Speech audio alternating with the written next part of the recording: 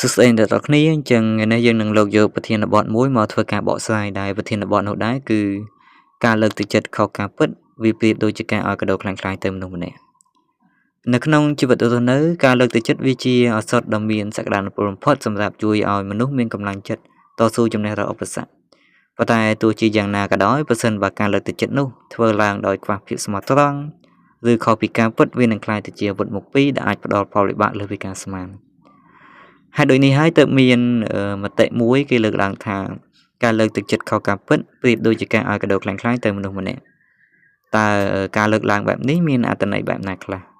ដើម្បីដោះស្រាយនៅសំណួរនេះយើងគប្បីយល់នៅពាក្យមួយចំនួនដូចជាការលើកទឹកចិត្តខុសការពិត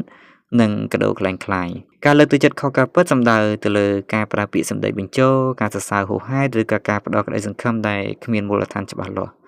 រីឯកាដូខ្លាំងៗគឺជាវត្ថុដែលមើលទៅស្អាតប្លែកពីខាងក្រៅប៉ុន្តែគ្មានតម្លៃប្រើប្រាស់ឬអាចខូចគុណភាពនៅខាងក្នុងត្រឡប់មកសាច់រឿងយើងវិញអញ្ចឹងយើងមានចំណុច3ដែលធ្វើការបកស្រាយលើប្រធានបទនេះដែលវាផ្ដល់ផលប៉ះពាល់ទី1គឺការបង្កើតក្តីសង្ឃឹមខ្យល់និងការបាត់បង់ឱកាសកែលម្អនៅពេលដែលយើងលើកទឹកចិត្តនរណាម្នាក់ខុសពីការពិតយើងកំពុងតែបិទភ្នែកពួកគេមិនឲ្យឃើញពីចំណុចខ្វះខាតរបស់ខ្លួនឯងឧទាហរណ៍បើសិស្សម្នាក់រៀនខ្សោយហើយយើងតែងតែប្រាប់គេថាឯងធ្វើបានល្អណាស់ដោយមិនចង្អុលបង្ហាញពីកំហុសនោះគេនឹងមានមោទនភាពខុសហើយមិនខិតខំកែលម្អសមត្ថភាពឡើយការធ្វើបែបនេះមិនមែនជួយគេទេប៉ុន្តែជាការបំផ្លាញអនាគតគេបន្តិចម្ដងតាមរយៈកាដូនៃពាក្យសរសើរដែលអត់មានខ្លឹមសារទី2ការបាត់បង់ទំនុកចិត្តនិងភាពឈឺចាប់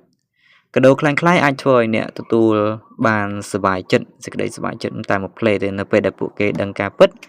ភាពខកចិត្តនឹងកើតឡើងទ្វេដងដូចគ្នានេះដែរការលើកទឹកចិត្តដែលផ្ទុយពីការពិត